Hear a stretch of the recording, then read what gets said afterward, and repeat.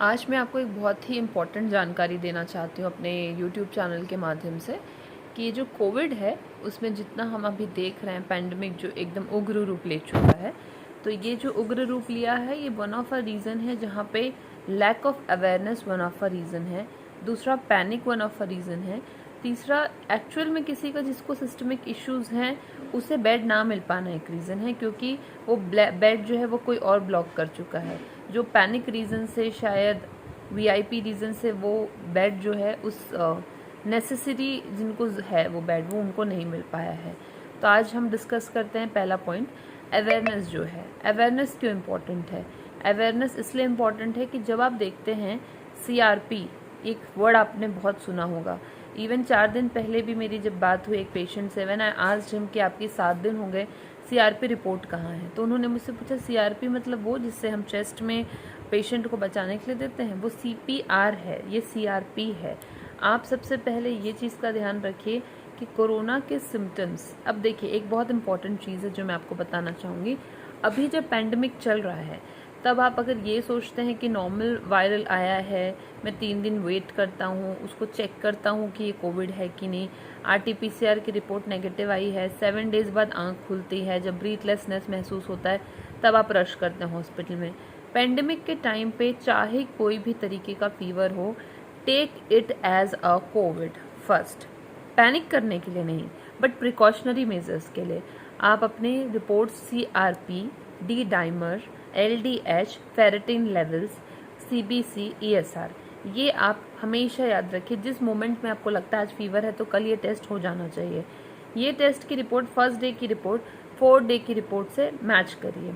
अगर आपने 4th day में भी यही ब्लड टेस्ट रिपोर्ट करवाना है, अगर ये 4th डे की रिपोर्ट फर्स्ट डे की रिपोर्ट से बिगड़ रही है, देन आपको रिमेंबर करना है कि ये अगेन आपको 8th डे में कराना है, ताकि लंग इन्फेक्शन या वायरल न्यूमोनाइटिस है कि नहीं हम 8th day to 7th day के आसपास हम CT स्कैन से कंफर्म करेंगे। जो पेशेंट एकाएक इस फीवर को बहुत ज़्यादा टेकन फॉर ग्रांटेड लिए हैं, ये सोच के कि एक नॉर्मल फीवर है, अगर ऐसा सोच है तो वही पेशेंट बाद में इशू क्रिएट हो रहा है उनके साथ। So if you just feel कि फीवर है, लेथार्ज है, बहुत ज़्यादा मतलब स्मेल नहीं आ रहा है या टेस्ट नहीं है, CRP is the best way to detect it is Covid और नॉट। अगर CRP और ESR के लेवल दोनों बढ़े हुए हैं तो आप ऑब्जर्व करेंगे ESR की जो लेवल होते हैं उसको डाउन होने में टाइम लगता है, तो हो सकता है 4th को रिपीट ना भी करिए ESR, बट CRP एक दिन में भी डबल हो सकता है क्योंकि इन्फ्लेमेशन के ऊपर डिपेंड करता है। तो CRP रिपोर्ट बहुत इंपॉर्टेंट है। कोई भी डॉक्टर आपको चेहरा देख के आपकी चीज़ें नहीं बता पाएगा, उसके हाथ में CRP रिपोर्ट होगी first day, 4th day, 8th day, then आपको वो 10 डे के आसपास अगर कोई सिम्टम्स आता है तो वो आपको बता पाएगा कि ये किस तरीके की इशू है। सेकेंडरी, अभी मैं देख रही हूँ बहुत सारे जो प्रिस्क्रिप्शंस है उसमें फर्स्ट डे में स्टीरॉयड दे रहे हैं, वो स्टीरॉयड लेने की फर्स्ट डे में ज़रूरत नहीं है। स्टीरॉयड देने का right time according to symptom after 5 to 7 days है, if there is a viral pneumonitis or some other cytokines issue. तो आप ये चीज़ अपने डॉक्टर से पूछिए कि स्टीरॉयड क्यों है फर्स्ट डे में। आप लोग व्हाट्सएप यूनिवर्सिटी से या कहीं और से ये सारी चीज़ें मत लीजिए। आप ध्यान रखिए, आप एक डॉक्टर से, सर्टिफाइड डॉक्टर से, ईदर होम्योपैथिक, ईदर आयुर्वेदिक और एनी एलोपैथिक डॉक्टर जो सर्टिफाइड हो उनसे ही ट्रीटमेंट कराएं। आ रहे मैसेजेस, रूमर्स कि ये ड्रॉप लेने से ऑक्सीजन बढ़ जाता है, I had my word with doctor Satish Kaushik, is a famous homeopathic doctor in Bilaspur. उनसे भी मेरी बात हुई, उन्होंने भी मुझे बताया कि ये जो एक पर्टिकुलर दवाई का नाम आ रहा था वो मामला ख़राब कर सकता है। ऑक्सीजन बढ़ाने की बात नहीं, आप एकाएक किसी बॉडी में ऑक्सीजन बढ़ा रहे हैं।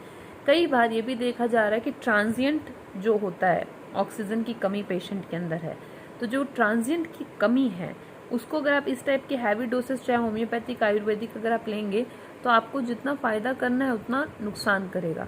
सो इसीलिए पहला इंपॉर्टेंट चीज़ awareness important, blood test, SpO2 check करते रहिए। तीसरा, आप अपने डॉक्टर के संपर्क में रहिए। व्हाट्सएप में आए मैसेजेस को बिल्कुल इग्नोर करिए। और फिफ्थ मोस्ट इम्पॉर्टेंट कि आप ये चीज़ का ध्यान रखिए कि अगर SpO2 99, 98, 97 है तो आप ब्रीदिंग एक्सरसाइजेस करते रहिए, है ना। ब्रीदिंग एक्सरसाइजेस करने से आप ऑब्जर्व करेंगे SpO2 धीरे धीरे बढ़ेगा, है ना। वो ब्रीदिंग एक्सरसाइज के लिए भी मैं अलग वीडियो बनाऊंगी। आप ये काम करते रहिए, अवेयरनेस में आप ये 5 चीज़ें करिए, यू विल सी कि आफ्टर 7 डेज आपकी वीकनेस तो बिल्कुल रहेगा। Fatigue is very common post covid, तो फैटिक के अलावा बाकी जो आपके पैरामीटर्स है it will all be very good and very healthy. So इसीलिए आप पैनिक ना करते हुए be a mature human, be a mature citizen. परेशान मत करिए, मेडिकल सिस्टम में अभी बाकियों को बहुत ज़रूरत है, जिन लोगों को अभी डॉक्टर्स की ज़रूरत है उनके बेड ब्लॉक मत करिए। आप अपने घर पे बैठ के अपने SpO2 से लेके सारी चीज़ें कर सकते हैं। सबसे इम्पॉर्टेंटली व्हाट्सएप में आए मैसेजेस को ना स्प्रेड करिए टिल द टाइम आप उस चीज़ को किसी डॉक्टर से क्रॉस चेक नहीं करते हैं। तो ये सारी जानकारी अगर आपको फ़ायदा करती है तो कमेंट सेक्शन में हमें ज़रूर बताएं। Thank you very much.